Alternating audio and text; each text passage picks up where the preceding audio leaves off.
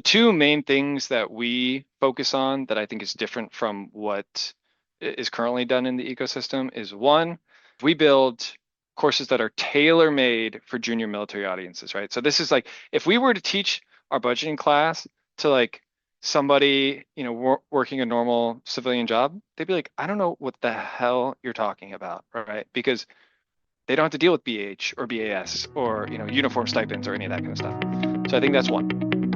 Two is we make it bite-sized. Team, welcome back to another week here with Drew and Alex, both still employed by the government So far, so far. Both, we're both pillaging still, agencies left and right, but DoD seems mostly insulated from that. for now, still clean on OPSEC. Yeah, I think so. Work emails today included a reminder to not use Signal. non-military channels for official business. They didn't technically name Signal. Granted, I think this was on April 1st, but I saw that Mike, what's his face, used Gmail too. So I have seen reasonably reliable multiple sources that he was also using Gmail for official business. And it was like between email and like other agency official accounts. And then the latest, I think this might be today, is that he and his team had like 20 other Signal group chats to handle official business. So Hmm. that was primary.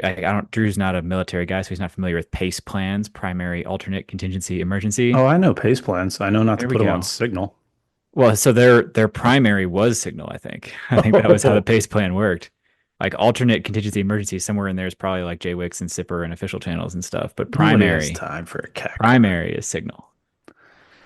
I think the unsung hero in this whole debacle is Signal.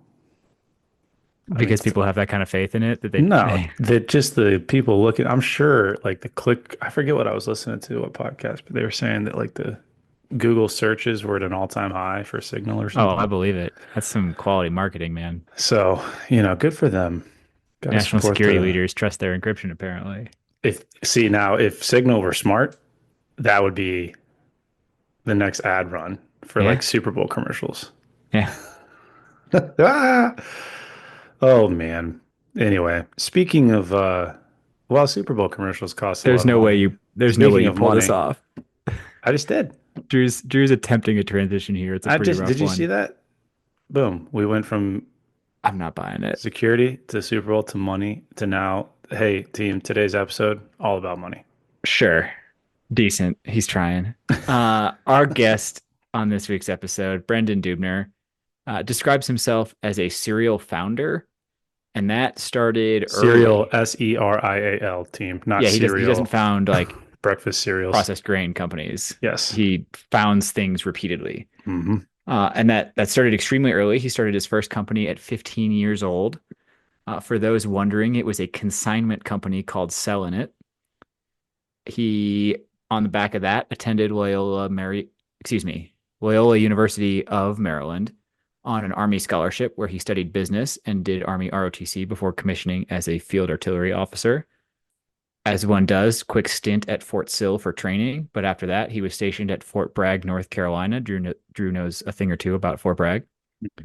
And from there, he deployed to the Middle East. Positions held include headquarters and HIMARS, platoon leader, and liaison officer to the Kuwaiti Artillery forces. Ooh. During his last year in the Army, he started Life Skills for Soldiers, a 501c3 nonprofit whose mission is to improve service members' lives through life skills education. Through this organization, he has led a team of over 25 and raised over $150,000, including donations from companies like Nike and Google. Hey, Nike and or Google, if you guys feel like making donations, Mops and Mo's would like to get in line. After leaving active duty, he completed his MBA at Wharton. They're a decent school where he focused on entrepreneurship and finance, and he still serves as a member of the Army Reserve's 75th Innovation Command. Now here's the thing. There are a handful, you probably know better than I do. There's a handful of embedded human performance teams that have added a financial component to their portfolio, I guess, no pun intended. I've seen it on like a one-off basis, and there have been pilot programs. H2F did pilot it for a while. Sure. But financial readiness is the name of the game here. And here's the thing. everyone likes money. No one ever feels like they have enough. And specific to the military, I think there are a lot of unanswered questions around money management, which was kind of the genesis of this conversation. But as you'll hear us get into, financial security, financial readiness, whatever you want to call it, I think is one of those things that we don't necessarily think of along the same lines as we do physical fitness, sleep, nutrition.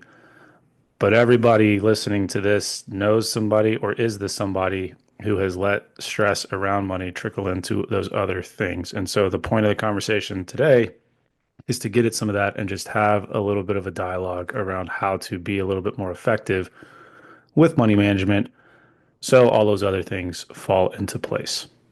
And some of you might be asking why a fitness podcast is talking about finances right now. It's worth reiterating. And if you've been listening this long, you know this, but we talk all things human performance here. Fitness is a superficial kind of level of that. It's certainly important. We like it. We talk about sets and reps. We do those things, but a lot of other things influence the outcomes you get, how much adaptation currency you're able to bring to the gym, how hard you can train, how well you recover. And it's not just us. The DoD defines finance as one of the domains of total force fitness. And this episode is kind of an acknowledgement of the fact that the military human performance community doesn't do a great job of talking about it or bringing it up or including it in the human performance conversation. So that's what we're trying to fix a little bit of with our chat with Brendan. Boom. So sit back. Here's another episode in the bank and enjoy. I believe that the financial literacy piece is a huge part of your overall, state of being, really. But I know there's some folks out there. And okay, here, fine. This is a question actually for you. First of all, will you explain what financial literacy is? Yeah, good question. I mean, the way we really define it is, do people know the right answers to financial questions, right? So like, how much money should you be saving? What is an appropriate savings rate? What is an appropriate amount to be spending on housing per month? Like, if you can answer those kind of questions, you're financially literate. And then the other term we use is financial health, which is, are you applying those answers? So you might know the right answer, but you're not actually doing it. That's the financial health piece. It's almost a mops and Mo's thing right there. Well, I think there's a lot of people who know some of it and don't take action on it. I'm a little bit curious, and this might require you to tell your story. I don't know if it will, but what attracted you to this particular issue is what you wanted to focus on. Yeah, I'll give you some background on it. I think it'll help out here. So, I was in the Army, I was a platoon leader. Like all of us, I saw that really our biggest issue wasn't like equipment or funding or any of that. It was personnel issues. And when I dug into those, it was because, I had a sergeant whose wife just bought a $5,000 Kirby vacuum, even though they were in credit card debt, or a soldier who was spending all his money at the barracks vending machine, like stuff like that. And so I got with my platoon sergeant. I was like, hey, like we should do something about this. Especially because I was that weird kid growing up who asked for stocks for Christmas when he was 12 and always been into that. So, oh yeah. Actually, stocks, kind of aside, but like those stocks paid for my first car. You know what I mean? Hell So like, yeah. it worked out great. But I've always been interested in this stuff, and so we went to the Soldier Support Center, tried to use the Army's resources, but they're just not. They're built for large echelon units, kind of. It wasn't what we were looking for. So we kind of said, screw it, we'll do it ourselves. And every month, go to my soldiers, say, hey, pick a topic, how to make a budget, how to buy a car, how to invest, whatever. And I would go, I'd make the high level class, and then we'd teach it in a way where at the end, they would actually sit with their section chiefs and make a budget or a plan to buy a car or a brokerage account, whatever. And it was a great experience. And that kind of led to life skills for soldiers. But it was really seeing that so many of our problems, whether they were tactical or not, were rooted in money problems. Mm-hmm. So I want to check this because I think we overlapped a little bit in our Army time. That means you were in a leadership position during some of that blended retirement system stuff where it went from like 20 years all or nothing to like TSP stuff, right? Yeah. Like I had to choose between the two. Yeah. Yeah, so did I. And I'm curious because I've got my own perspective on how that went and the soldiers I talked to and work with. How did you see that go being in the position you were in with the interests you have? I think uh so I personally went with the blended retirement system just because I wanted the Mhm. optionality. I was like, I don't know if I'm going to Yeah. do 20 years. We'll see. In terms of with soldiers, I thought, we did get a class on it. Somebody from somewhere came and we all sat in the chapel and they kind of told us. Did I think my soldiers really understood kind of the implications of that decision? Probably not. Yeah, I mean, we had the same thing. There was a mandatory brief or whatever you had to check off that people had been briefed on it. But I don't think the Army's motivations while doing that were to maximize utilization. Like at the end of the day, it's money, it's business, things like that, right? But I just have some vivid memories. I remember a warrant officer I worked with had not saved anything for retirement. His entire plan was he was going to take the retirement that the Army was going to give him, and then he was going to go do some like state or local level government job for a while and figure out what that pension was. He was not going to put anything into his own financial planning, his own retirement plans, any of that. I remember one, I think it was like a colonel. It wasn't a guy I knew personally, but they bought a house that was going to be their retirement home, and they priced it assuming that his retirement income would be the same as his active duty colonel income. Like he did not Mm. realize it would change. Oof. So then they like couldn't live in their retirement home because they couldn't afford it. Just some astonishing things. And all of that is like the bigger issue is just soldiers who are leaving money on the table because they're not getting the TSP matching. I don't know. I'm just rambling here at this point, but common lack of financial literacy issues I saw.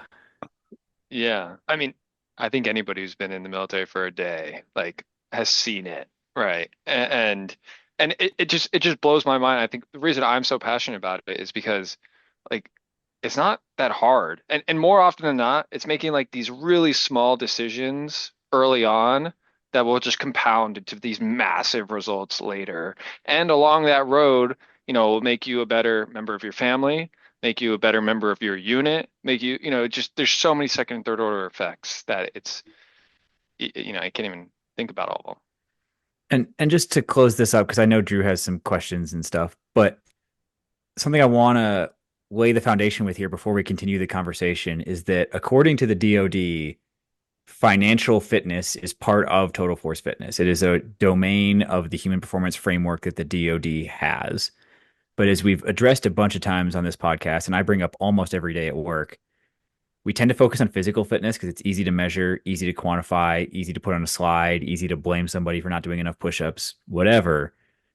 But I'm not convinced that fitness is the most important one. I think it's just the easiest to measure, the most superficial, the easiest to see.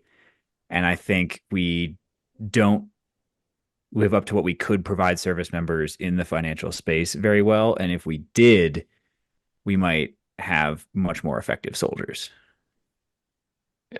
No, I tell you. I mean, I think the H2F program is great. The fact that we're doing like the H2F program is all about getting all the underlying the foundational things, right? Like that's yes, we should, that's incredible. I'm glad we're doing that, But then it's about like, okay, well, how do you execute, right? It's a good idea, but how do you execute on it? And I think, like you said, on the fitness front, pretty easy to measure. Like you did more push-ups than you used to do, or whatever. But on the financial front, it's a little harder, and I guess, kind of like fitness, it requires not only is there a training component, like you need to know what exercises to do, but 95% of the challenge is just sticking to it. Mm-hmm.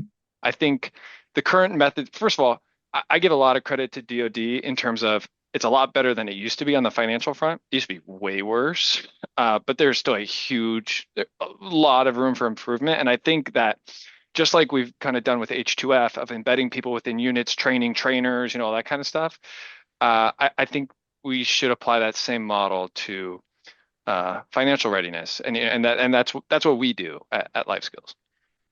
So you mentioned kind of with the genesis of this, soldiers coming to you and kind of monthly setting up some sort of conversation course, what were some of the biggest, and I won't put a number on it, like top three or whatever, but like what were some of the biggest concerns or the things that you saw that most folks were interested in learning more about? Yeah, that's a great question. Broadly speaking, there's kind of two buckets. There's either the people who just trying to get by, just trying to get to the end of the month, get to the next pay period, like how do I triage this situation? And then there's the people who are like, how do I build something for the future, right? And I wish I could tell you there was more build than triage, but from my experience, there wasn't. For some people it was like this whole like concept of budgeting was like, what? Like, how do we do that? Tell me more about that. And for a lot, I think for everybody, when you start talking about investing, everybody's like, yeah, like that's something I should know about. I've heard about that on TikTok or Instagram or whatever. But then when you start showing them numbers around like simple like compounding, if you save $100 a month and it makes 9% per year, which is what the S&P is average, like this is what that is in 20 years. And they're like, oh my God, I have $1 million. And you're like, yeah, Yeah, you do. You know, I love that. Do you see, and maybe this is kind of a corollary to that question, but what are some of the biggest mistakes you see soldiers make? I mean, off the top of my head, I'm thinking of parking lots full of Dodge Chargers, but that's maybe a separate rabbit hole. What are some of the biggest ones you see? if you're a 18, 19, 20-year-old kid, like you're gonna do stupid things. It's gonna happen, right?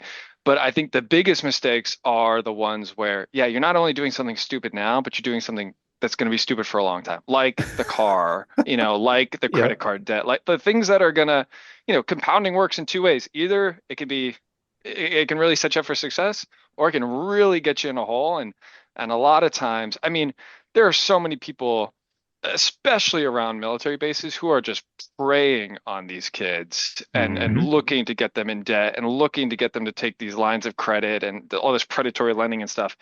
Um, those are the big mistakes. Hmm. I'll inject an anecdote from when I was a lieutenant, brand new, got to my first assignment. Remember we were going to brigade, me and my NCO, and I commented that the parking lot was packed at brigade, like there was no parking there. And he said, "Oh, don't worry about that. It's because the brigade just got back from a deployment. Some of these kids have too much money; they don't know what to do with it. Those will get repoed in a few weeks." And I thought he was exaggerating or joking or something. He was completely right. Like they did get repoed. Yeah. Those cars weren't there a few weeks later. Yeah, which is just like, what are we doing? Like it's just like it's so ridiculous that it's, kind of funny. I mean, it's not funny, but it's yeah, the fact that this is like such a thing, and that your sergeant has seen it 100 times probably. Like we can do better. We can do better than this. I do wonder, this is kind of outside the realm of this podcast and none of us can do anything about it, but you would think that military bases are the one place where central planning could be done really well, like walkability, public transit, all these different kinds of things that you would expect. But like walkability was gotten worse. Like we didn't used to expect soldiers to have vehicles. Like it was not necessarily an expected thing for a junior soldier. And now you kind of have to in a lot of places, depending on where you get stationed and what you do. You would think something as simple as just better public transit, like bus systems on army bases would solve a lot of this. I don't Why know. aren't there buses on Army? That's a great point. I've seen efforts at it with like shuttle vans, often driven by NCOs, put on detail to do it. I don't. Somebody who's listening to this maybe can chime in and tell us. But I tried when I was at Davis-Monthan, which is a small-ish Air Force base for folks. I tried to start a bike share, and the reason it never got off the ground was because of helmets. hmm, Like we couldn't solve for helmets. The sourcing bikes was easy and the concept made sense, but you have to wear a helmet. It's like, well, how do you share? Like, what are you going to do? So didn't happen. hmm. Here we are. I do want to ask though, as the resident civilian here who's never served, and I know there's a lot of people like me listening, can you just explain what, if any, financial education happens along the kind of ascension pipeline? Yeah, yeah. Well, this is one of the areas where I do think DoD has made progress. So there was, I think it was in 2017, Congress mandated that DoD teach service members about personal finance. And so DoD created this office called the Office of Financial Readiness, I believe it is. No, FinRed. Probably. Yeah, Office of Financial Readiness. And they created this matrix. So now, basically, like I think it's when you join the military, whenever you get promoted, whenever you PCS, whenever you leave the military, when there's like certain milestones where you are mandated to get taught certain financial concepts, which I think is good in theory, and again, good, step in the right direction. But the last time I checked, and uh, the compliance was like it was like you know less than 25%. Like it was and I think I think most of us, anybody who's been in the military, has sat through mandatory training and knows what that's like. I think the kind of fundamental flaw with what DoD is doing right now is viewing it as like this mandatory training thing. And more so, I think it's the method of instruction, right? Bringing in a contractor who comes in, they teach you one time, and then you never see them again, right? That's just not how, one, that's not how most people learn. Two, like that's not how you build good habits. And really with financial stuff, frankly, with most H2F topics, it's habits. And that's why we are a big proponent of, what we do is we don't teach soldiers, sailors, Marines directly. Like we don't do that. We work with units and we train their trainers, right? So we usually the unit knows their people better than we will ever will. We train up that E6 to O3 on whatever the topics are, and then we equip them once they pass. We equip them with everything they need, class presentation, notes, handouts, all those things, so that they can quickly and effectively turn around and teach their people. Because that way, junior junior service members are actually listening, paying attention, and now that leader gets the opportunity to kind of build leadership capital, if you will, and most importantly, now there's that feedback loop of next time they're in the motor pool, big, hey sir, I was able to save the $100 this month, like I tried to, like that's awesome, you know what I mean? Like, well, how about we try to do this next? You know what I mean? Like it's not this one time thing. So I guess to answer your question, there is kind of things you're supposed to learn along the way. I don't think there's great compliance with it, and even if there was, I think there's a better way to do it. Mhm. So I was planning on saving this for later in the conversation, but it's come up enough times now that we gotta press you on it a little bit. You've talked about train the trainer methodology a lot, Hmm. and we come from a world that includes a lot of train the trainer methodology.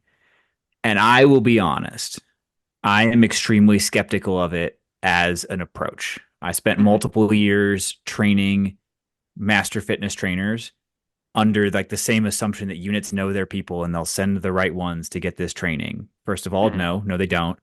A lot of the people who show up at their course don't even want to be there necessarily. I don't know how many of them even did anything with it when they went back. Um, we'll probably discuss this in a whole separate podcast episode, but some pretty extensive research has been done on Master Resiliency Trainer as a program and whether that has worked. Spoiler alert, it has not.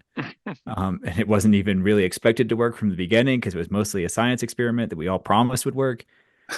So I'm curious, do units send you the right people? Do you maintain contact with them after they come through your program? Do you believe that the trainers you are training are actually going on to provide good training? Hmm. Yeah, it's a great question. 100% of the time, no. Do we always get the right person? No, we don't. More often than not, do we get the right person? Yes. And I think it's because of a few reasons. One, unlike master resiliency training, I think most people hear that and they're like, what is that? Like there's not like a tangible kind of like skill. Like more often than not, there is somebody within the formation, usually at the platoon level, who is into money stuff. They're already interested in it. They already have some kind of background in it. Like it's what they do in their free time. Um, and more often than not, the unit, even if they don't necessarily find that person on the first go, like if we get a list from brigade, like, all right, here's our 50 trainers we want for your course, whatever. It's like, all right, great. We'll train those people up. but we also know that there's that might not be the perfect list. And almost always, whether it is before the class or oftentimes during the class, kind of the right person comes to the forefront naturally. Um, so I totally hear you, especially because I mean I know from being in the Army, a lot of times these master trainer courses, it's like, oh shit, we got to send somebody. The tasking's due tomorrow.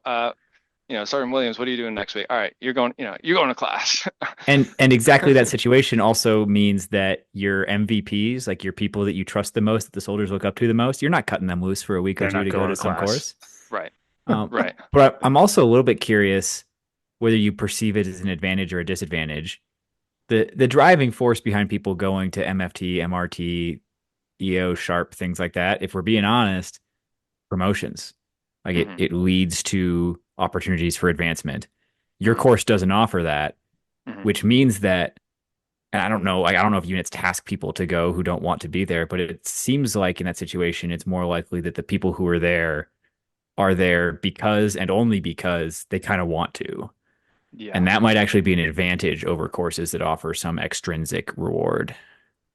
Yeah, I do think there is some of that now, but even if there was an extrinsic reward, I think, not to say that this isn't true with the other courses that you've mentioned.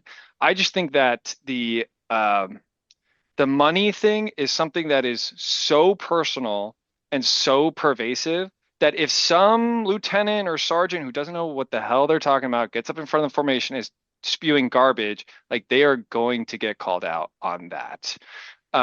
And so I think really, kind of at the core of this, and I don't think this is true for kind of every military program, but I do think for the financial stuff, the best thing we could do if we want to increase results is we provide service members, specifically leaders, the tools that they need, and we bring it back to kind of that company platoon level and be like, hey, like this is you guys own this problem. This is not a get in the chapel. We're going to click through some slides and you guys are going to learn how to budget today. It's a, hey, like, PL, platoon sergeant, company commander, first sergeant, like this is, all those personnel issues that are eating up all of your time, here's a way to help with that. And oh, by the way, like here's a real way to build, for lack of a term, just like respect from your team.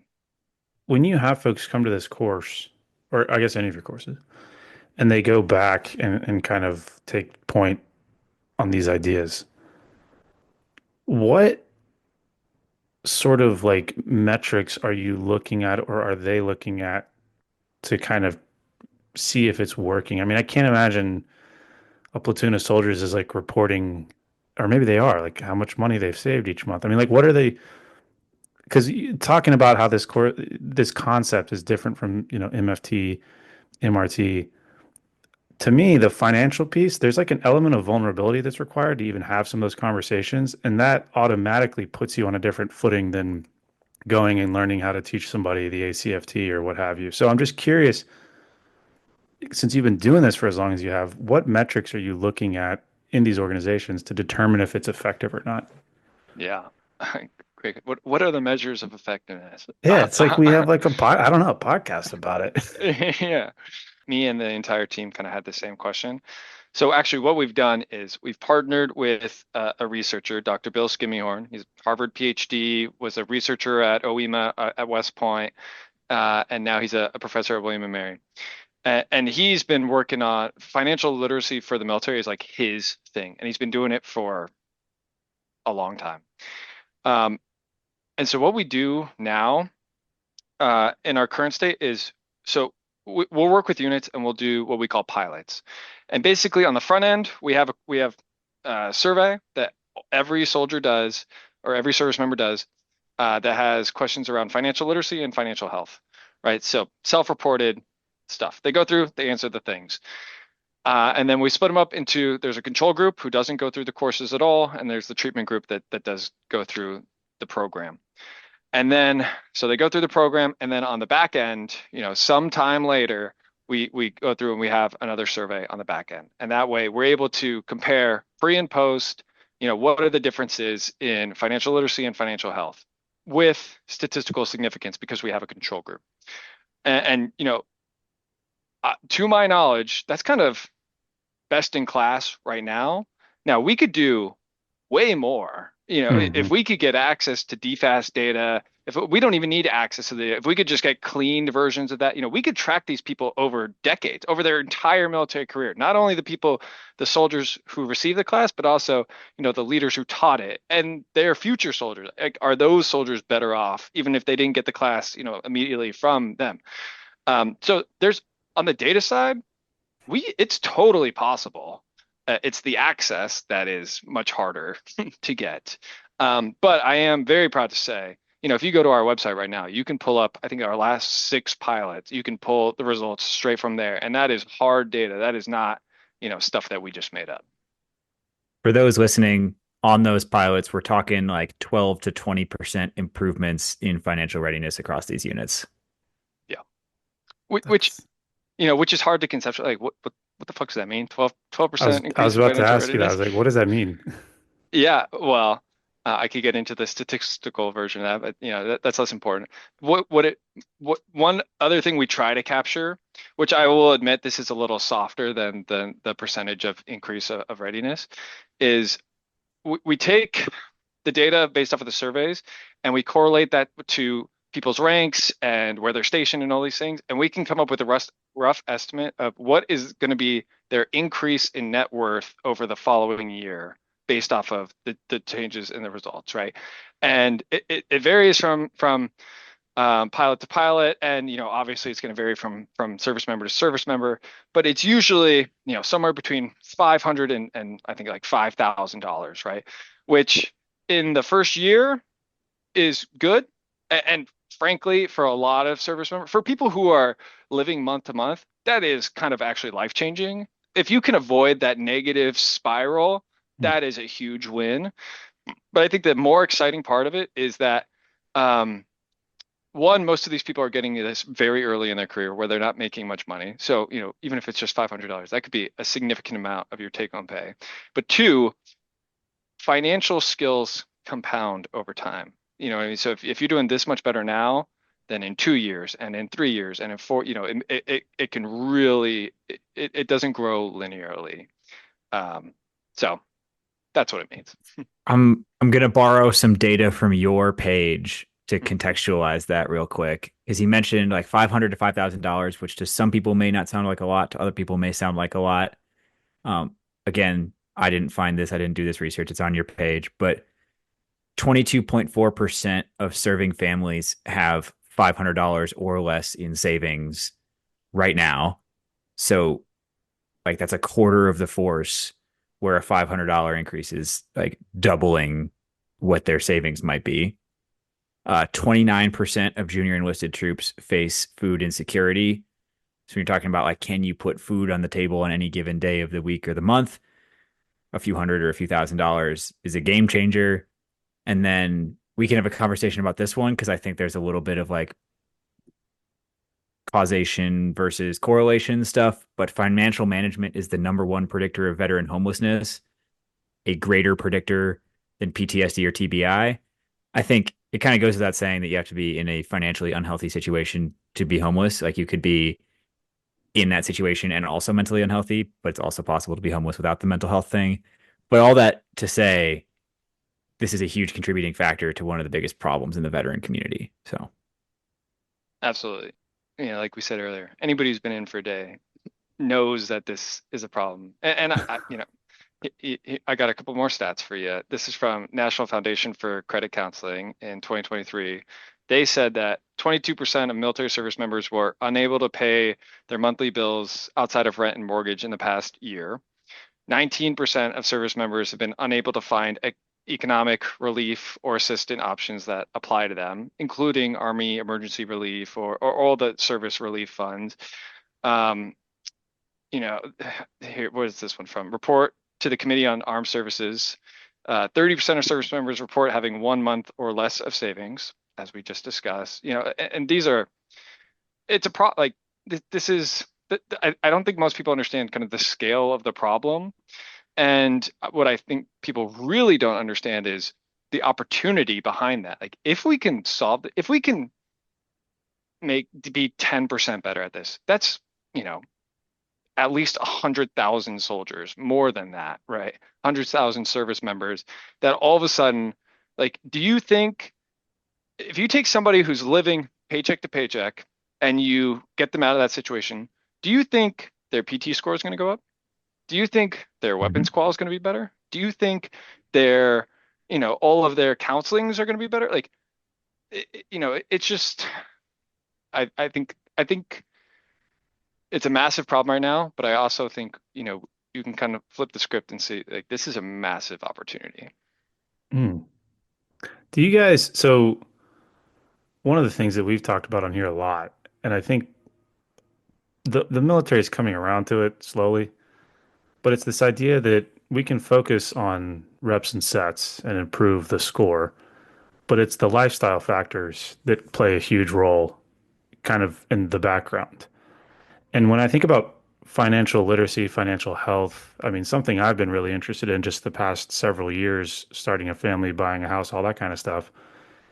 You can play with the numbers and make them do what you want them to do, but the philosophy of money and the way that you kind of structure your life around the decisions that you make. I mean, we were joking about Dodge Chargers in the parking lot, but I mean, there's a whole series of second and third order effects when it comes to financial health that regardless of what your paycheck looks like, if you're spending more than you're earning and everything kind of connected to that, like you're never really going to solve for it. And I'm rambling a little bit here, but what I'm curious about is in the curriculum that you offer to folks in these various courses you have, the conversations that you have, do conversations around lifestyle change get involved at all? And what does that look like?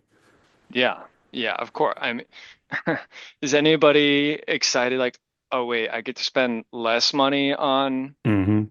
dumb shit? Like, are people excited about that generally? Like, no. But do people also often like kind of get it, especially when they have, their sergeant, their platoon sergeant, their platoon leader kind of saying like, hey, like, no, like you should listen to like I wish somebody had told me this five Hmm. years ago, 10 years ago, however long ago.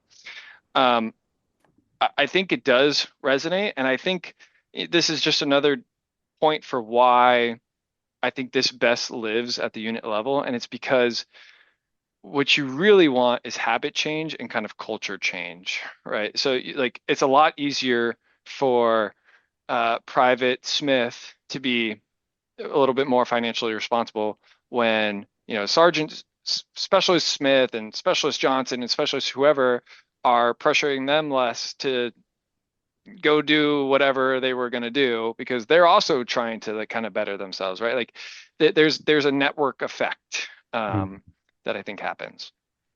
I'm just thinking about, I mean, a big one for me was, and this is going to sound so stupid, but realizing that you don't have to finance a car to have a vehicle. Like you can just buy a car that's slightly older and pay cash and not have a monthly payment. I mean, these are conversations because I have several civilians that work for me. And, for some of these folks, it's the first time you're dealing with retirements and investments and all these sorts of things that happen in the background. And I know TSP matching and all that kind of stuff, but hey, you don't have to, just because you can afford the monthly payment doesn't mean you can afford the vehicle. And what's the difference between principal and interest and all that? I mean, I'm kind of nerding out on this a little bit too, but another question I have for you, because you mentioned in conversation, I think with leadership, the implications that this can have on personnel issues that you see at the unit level at whatever echelon.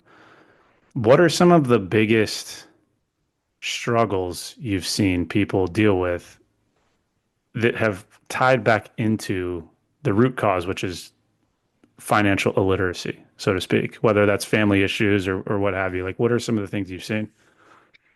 Uh, all All of kinds of them. stuff.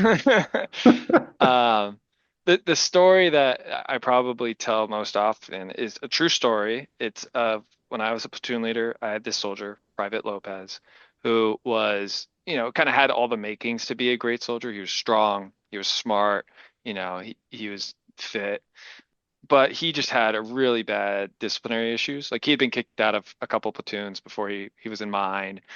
And he joined my platoon kind of shortly before we happened to do a budgeting class. And in the budgeting class, we uncovered, surprise, surprise, he was broke, kind of living paycheck to paycheck kind of a thing. But we figured out why. And it was because, he was spending hundreds of dollars a month on the barracks vending machine, just kind of like mindlessly going down, buying chips, buying soda, whatever, just spending like way too much money on this and just mindlessly. And when we identified this issue and like kind of were like, hey, like here's a small change you can make, like, we saved him hundreds of dollars a month, but you would have thought we saved him millions of dollars. Like the amount of stress it took out of his life, the amount of like, I think for him and for a lot of service members, like, yes, I think the money mattered, but I think he really appreciated having people who were actually like looking out for him more than just like, hey, what's your PT score? What's your weapons qual? How good are you at this maneuver? Like, we were like, no, like, we want you to succeed. Like, you're a part of this team and we want you to succeed. And, he went from being a problem child to, one of my best soldiers. And that's just one story. How many service members are there that get divorced because of these kinds of problems, that get kicked out of the military for, whether they lose their security clearance or there's like domestic issues or, drunk driving, like, XYZ, continue on. I know I keep saying it, but like, I think the scale of how much the financial stuff is the root cause of so many other things is just totally underpredicted. Now, I had some like conspiracy theory notes in our notes document here. The one I was like thinking about before we came on and had this conversation is that, like, does the military prefer for people to be in like slightly bad financial situations so they feel like they have to re-enlist? That's a hot take. I'm not even necessarily going to go down that rabbit hole because that's a whole conversation. That feels right. That feels too right now that you say it. The one you've just raised combines like our white whale with your mission, because those vending machines, I believe, are an AFES operation. Oh, AFES. And so we are actively charging soldiers more than the product is worth when we know they don't have the money. Mm-hmm. We're providing them an unhealthy product in almost all cases. Mm-hmm. I know there have been some pilots about healthy vending in the barracks and things like that, but I don't think it's very widespread, at least as far as I think if you can package it and put it in a machine, it's probably not the best thing. No, for sure. Ever. And like there have been some cool things where like the commissary put fresh fruit and veggies that were prepared within the last 72 hours in packets and stuff. Like you can do healthy vending if you try really hard, but it's not as profitable. And I think this comes back to like, which are we worried more about? Mm-hmm. Like the profits that non-appropriated fund instrumentalities can generate on our base, or the financial health of the soldiers that generate that money. And again, I wrap this under the conspiracy theory banner. I'm not convinced that like we actually have army leaders out here trying to like keep soldiers poor. But like, I mean, we just did an episode on like BAS deductions and how they're not actually getting spent on food for soldiers. Well, at the same time, we're overcharging them for vending machine crap. Like, it just doesn't line up when we know that financial health underpins physical and mental health in so many ways. Yeah. A lot to unpack there. I hadn't even thought about that until you just said it. I was like, holy shit, wait. That makes sense. Let me deviate to an easy question for you, though. What do you teach people about investing? I mean, like, if nothing else, for all of our classes, there's, usually one, maybe two takeaways of like, all right, if we can only teach them this, it'll be a huge win. And with investing, it's just get in the market. Start doing it. Just start doing it. You know what I mean? And then the other thing we try to hit on is, maybe doing it, putting it all into a crypto coin, maybe not the best way to do it. Like, I was wondering what you were about to say. we very much impress like what Warren Buffett has said, which is just like just put in the S&P 500. Like just, you're well diversified. You're in the top 500 companies in the US. Like you really can't go wrong. But if nothing else, the big lesson is just start doing it and set and forget, just keep doing it. Who are actually, and sometimes this becomes a closer question, but I'm curious now because you just mentioned Warren Buffett. Who are some of, for you, your kind of financial icons? Oh, good question. Tell us about your heroes. Man, how much time do we have? All the time you need. I think on the financial front, I am a big fan of, Warren Buffett and kind of like the what is the term? Kind of like get rich slowly Mm, idea, right? hmm. Like am I the guy trading options or Index going, funds. yeah, am I going long Trump coin? Like probably not. Um, um, I mean, I could go down a whole nother rabbit hole of like, I'm also big on like, people having ownership of things, whether it's your car or your house or a business or, whatever it is. That's kind of what underpins my financial beliefs. What are some,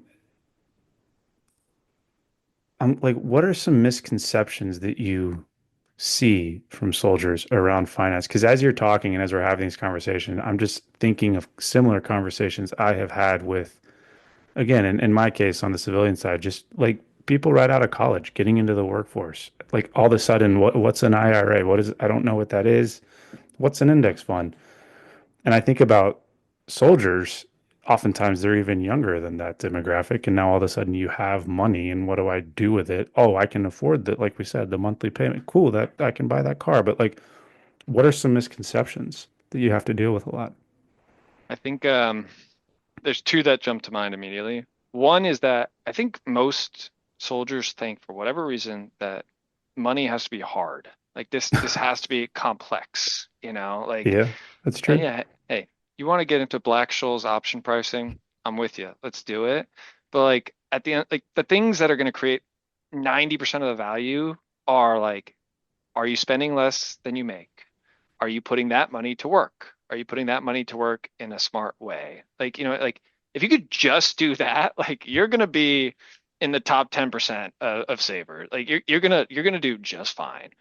But I think a lot of soldiers think like, because I've never heard about this from my family or from my school system or really from the military, like this must be complex and like I'm not, I don't have the time to learn this, or I'm not smart enough, or I'll deal whatever. with it later. Yeah, I'll deal with it later.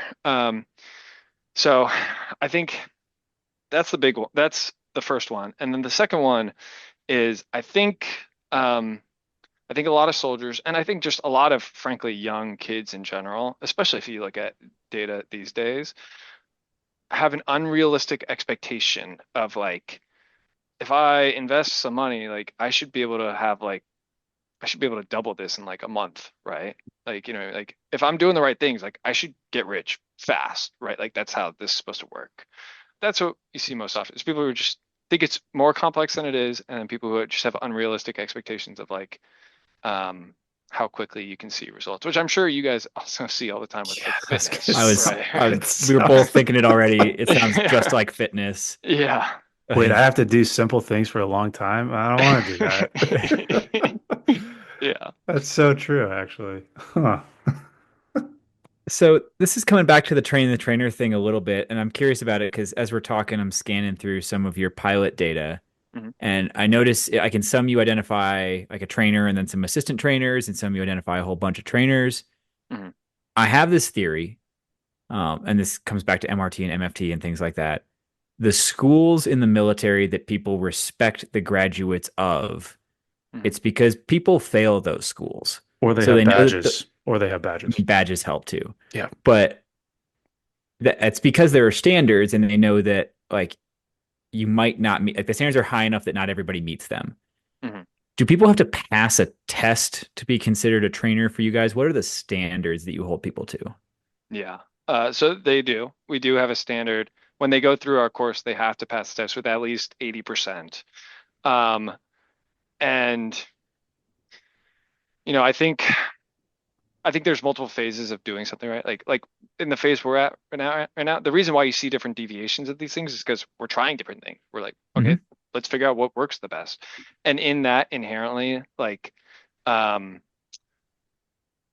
you can't do everything at once. So there are standards, there are trainers who the unit provides, they don't pass the test, and we're like, no, they can't teach that. They clearly don't know what's going on. But I also, in my grand vision of what this all could be. I would love to have one, a badge. Everybody loves the badges, but two, I'd love it for there to be like kind of like for it to be a school where it's like, hey, like this is not just a hey, you're gonna be here and fuck around thing. Like you got to pay attention. You should do like a sort of a tab, shoulder tab, and it just says rich. Yeah, And then so or just once, dollar signs. yeah, just dollar signs. And so, Yeah. Ranger, Special Forces, rich. And then people know that they've taken your course and they've crushed it. Well, Rich would have to be at the top, so it'd be like Of Rich course. Ranger, Rich Special Forces, Rich Airborne. What are I'll throw the number three out there. You can do more, you can do less, but what are three things you would change about the current financial system in the military? I realize that's a huge question. Yeah. Um, I think the two main things that we focus on that I think is different from what is currently done in the ecosystem is one, we actually no, I'll give you three. One of them is we build courses that are tailor made for junior military audiences, right? So this is like if we were to teach our budgeting class to like somebody, working a normal civilian job, they'd be like, I don't know what the hell you're talking about, right? Because they don't have to deal with BH or BAS or uniform stipends or any of that kind of stuff. So I think that's one. Two is we make it bite-sized, right? So our classes are designed to be learned by a trainer in an hour or less, usually kind of 30 to 45 minutes, and then to be taught to their unit in 45 minutes to an hour roughly, right? Like we're not trying to teach you everything about everything. Like if you're learning about budgeting, you're just learning about budgeting. If you're learning about investing, you're just learning about investing, right? We're not trying to do it all. And then three, the point that I just hit on over and over is I think the fundamental flaw with what we're doing right now is the whole bring in a contractor to teach a thing one time just doesn't work with financial stuff. Maybe it works with other things. I don't think it works with financial stuff. Financial stuff has to be taught by somebody who people are going to listen to and respect and that they know, right? Hmm. Like I'm never going to, if I don't know this contractor that's coming in, I'm not going to listen to their money. But for all I know, they're broke. Like, why? Who is this guy? Yeah. Versus, if it's being taught by somebody in my platoon or in my company who I know has their shit together, I'm like, I want to be like that guy. Mhm. I'm going to listen to what this guy has to say. And that the big thing for money is just making it a habit, doing the small things right over and over. And I think the only way you really you have the greatest chance of that happening if the person who's kind of guiding you on that journey is in your formation. Mhm. This is not a question. This is more just like observations as I try to like hastily do research while you're talking to Drew. I cannot find a number for how much the Army spends on financial readiness, resources, education, anything like that. I've checked the normal places, but it seems to be spread across different programs. It's kind of hard to track down a number. Like you can track down how much the Army spends on suicide pretty clearly. You just can't find it for this one. Hmm. But interestingly, for the 2023 report to the Committees on Armed Services on financial literacy and preparedness of members of the armed forces, they spent $500,000 just doing the report.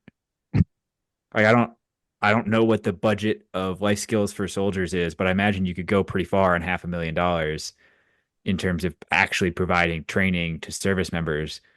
They spent, according to their numbers, they spent $62,773 in labor and $431,697 in expenses just to put together a 36-page report. on a survey. Yeah, I What? don't know. That's just, welcome. Yeah. Ha- I don't know, What man. is that per page? I mean, you need me to pull up a calculator? 500,000 divided by 36. I don't know. I'm gonna do it on ChatGPT real quick. Let's figure this out A per regular page. calculator can do that faster than I know, but that was up in ChatGPT. front of me I before mean, I what? It's me like 15 grand a page or something like that. $13,888.89 per page. Yeah. That's a pretty valuable report, man. I mean, it seems like at a certain point we can stop generating data and start actioning it. I feel the same way about a lot of things related to health, fitness, wellness, any of this stuff. I feel like we spend sometimes I wonder if we just like took that money and gave it to service members. Like forget the whole process, forget your nonprofit, forget whatever, just like the suicide prevention budget in particular, like 500 million or something, right? Just divide it by the number of service members and give it to them in cash, and like you might fix enough financial I would situations. disagree with you. I would disagree with you, and I think Brendan will agree with me because I was just listening to a podcast recently talking about how I forget the numbers. X% of people who make over 100K a year are still living paycheck to I paycheck because I of know this. The obvious lifestyle counter argument is inflation. that they're not gonna, if they're financially illiterate, they're not gonna do the right things with the money and it's gonna be gone. I get it. They'll just buy a Dodge Charger, Cybertruck. There's a understand. Cybertruck in my parking lot at work. I have no idea how or why or who or what, but We there it joke is. about it. So Drew still works in the Army. I used to be in the Army, was around soldiers. Now I'm around Space Force. It is not Dodge Chargers and it is not Toyota Tacomas. It is Teslas. That is the car of the Space Force, and they are everywhere. Kind of checks out, Yeah, I actually, could see that. That if you makes think sense. about it. Okay. I want to ask you this specific to finance because some of these principles are timeless, but you spend a lot of time with this. And so I'm curious, what is something you have changed your mind on as pertains to financial principles? And then secondary question, and we've thrown this at a lot of people. What's one thing you've doubled down on as far as financial principles go? Hmm. I think one thing I've changed my mind on, and this is not something that we kind of recommend in our classes, but personally, something I've changed my mind on is the use of debt. Like there Mm. are good uses of debt. Like debt can be your friend. Not if it's credit card debt, not if it's car loan debt, but there are types of debt that can be really useful. Can you dive into that for a second and just I was explain that to people? I was hoping he was going to go here because I noticed he didn't mention Dave Ramsey on his idols, who like that's like where a lot of I military was gonna folks straight up go. ask, what do you think about Dave Ramsey? I knew Yeah. that was gonna come up, but keep going. Yeah. There's good kinds of debt. For example, I recently actually bought a company, right? And did I have all the money up front to do it? No. And what could I have done? I could have gotten debt to finance it, or I could have gotten investors, right? And there's pros and cons to that. I chose to go the debt route because it allows me to retain ownership. It gives me more control, which gives me more operational flexibility, XYZ, all that kind of stuff. And because the kind of debt I was able to get was it's amortizing over a long period of time, which means my monthly payments are relatively low, which means I can use the cash flow from the business to help service that debt. And the interest rate was very a good interest rate, right? And so basically what I did was I borrowed against my future self to put my present self in a position where I can be that future self. You know what I mean? And without the debt, I wouldn't have been able to do it. Right. So there's ways where you can use debt to put yourself ahead of where you would be otherwise. But you need to be really careful about, like, you need to be buying an asset with that debt. You cannot be buying a liability. Yeah, so There's you have to never a service reason. the debt. There's never a reason to buy a liability with debt. There's zero reasons ever. A car is a Um, liability for folks who are wondering. um, Yeah, but depreciating asset. Yeah. yeah. So I think that's one thing that I've definitely changed from. I used to be kind of firmly on the no debt, I don't want anything to anyone kind of Well, train. do you think on that, do you think that there's sort of like how do I want to phrase this? there is a time period in your kind of financial trajectory where being anti-debt is probably a good thing, and you sort of have to earn the right. I'm making this up as I'm going, but you kind of have to earn the right to get to that point where you understand how to play with debt, because there are some folks that I think being anti-debt might be in their best interest versus you're at the point where buying a business with debt because you understand all the words you just said makes sense. Or am I Yeah. off? No, I think you're probably right. Maybe the counterpoint to what you're saying is like taking student loan debt to That's get a fair. degree, right? The That's fair. odds of somebody knowing what they're signing up for, probably slim.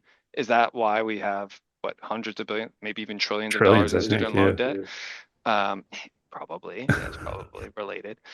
I do think though, like generally speaking, debt is like a lot of things, like it's just a tool and it's one that can really cut both ways. It could really help you or it can really hurt you.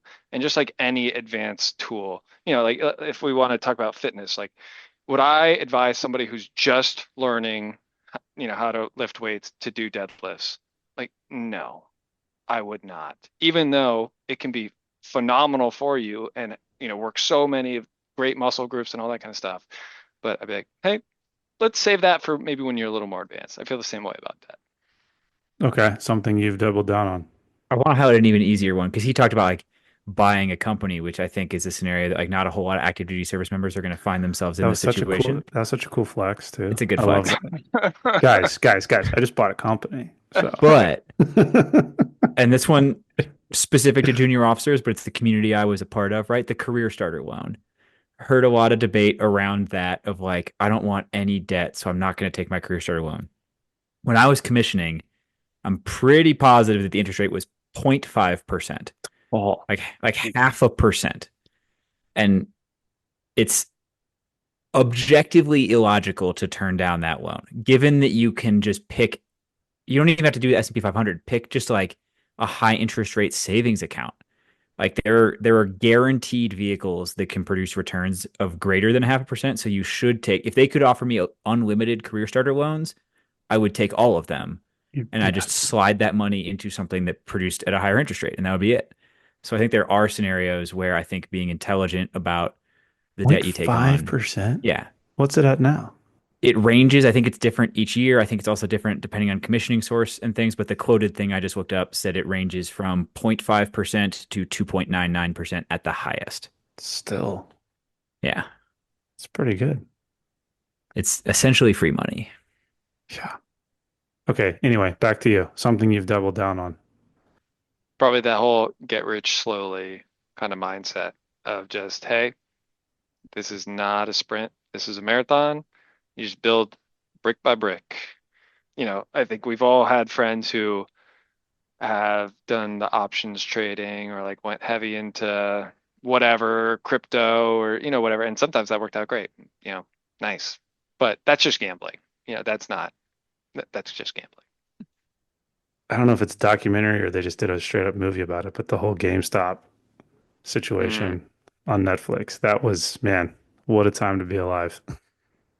yeah, I saw that documentary. That is a great. Yeah.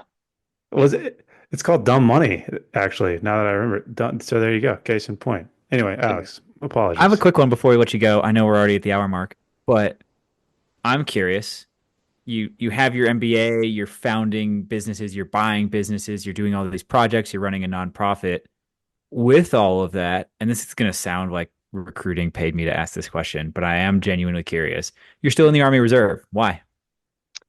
Because I think there's something about the military. Like I am so glad I joined the military. That I was an artillery officer and I had that experience and I did that stuff and, did the stuff that was fun, did the stuff that sucked. And I think there's just something about the military that's just so difficult to recreate in the civilian world. And I want to continue being a part of it. I want to have the option to flex up if it's needed or, when I want to, or, all that stuff and to continue being a contributing member of the team.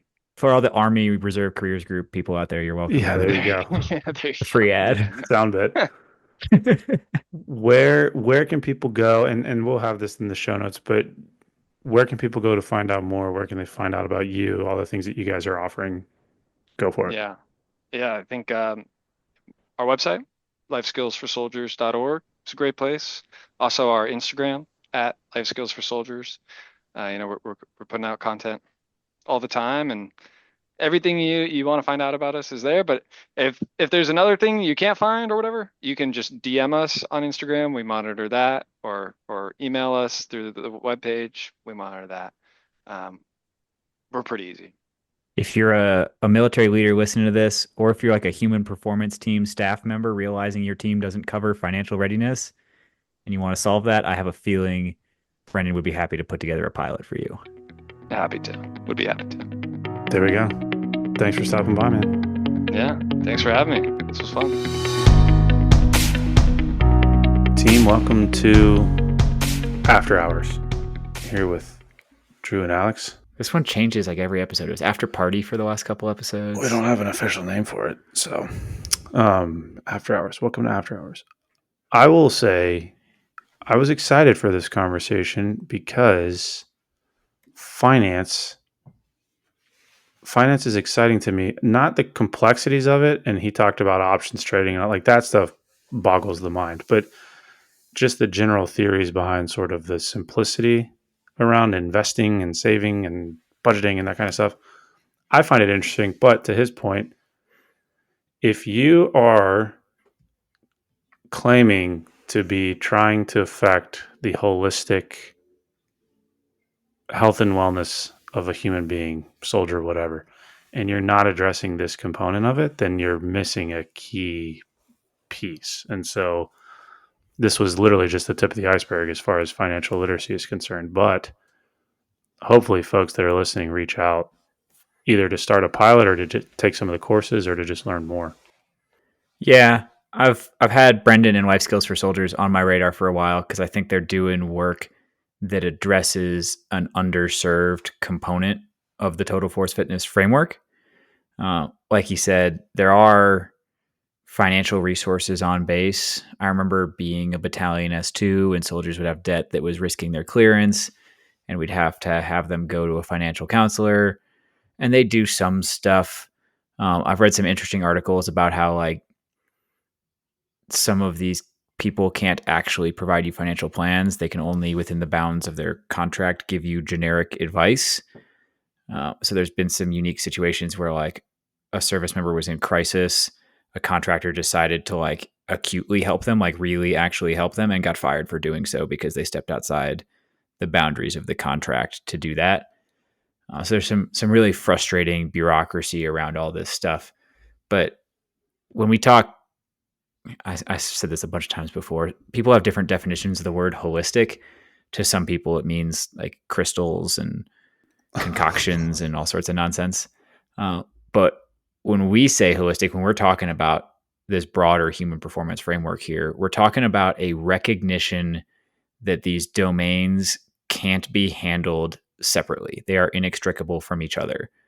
You are not going to get your stress levels under control if you're carrying the psychological burden of a ton of debt around with you every day. We know it's a risk factor for suicidal ideation. We know it's a risk factor for suicide. We know it's a risk factor for homelessness, like all these things. And so, yes, like we want to improve how many vegetables people eat and how many squats they do and how fast they run. And those things are important. But the reason we did this episode is to address one of the domains we don't talk about so often that is just as important to your, whether you call it readiness or whether you call it health, I don't really care, but being able to be the best version of yourself. Well, and here's my thing too, because I think I'm kind of guessing, but this should come out around the end of tax season, which is typically the time where, well, not typically, it is the time where you get like the full picture of your financial health. I mean, that's what taxes are. And so what an opportunity to listen to something like this, sit there and look at kind of where you're at financially, and then decide, do I want to make this better or do I want to allow this to get potentially worse? And the reason I say all that is because the exact same thing takes place when we talk about fitness. I mean, when you decide to start your fitness journey, you kind of have to take a holistic, and we keep using that word, but you have to take a look at where you're at and decide, do I want to take that first step? I mean, do I want to improve where I'm at now, whether that's get stronger, run faster, do better on my PT test? So I think, and I mentioned it in the episode, I think finances are one of those things where just there is a lot of vulnerability attached to it because it's something we don't talk about. We just assume everyone's better off than we are, or they know something we don't, or blah, blah, blah, blah, blah. And I think what Brendan offers with Life Skills for Soldiers is it can be simple and easy. You just have to take the time to learn how to do the thing. And then to your point, once you take that first step, a lot of these other things in your life that are wreaking havoc, causing stress, whatever, will probably improve because they say, money can't buy happiness. I'm not entirely sure that's true. I'll steal a Daniel Tosh line here. You don't see people frowning on a jet ski very often.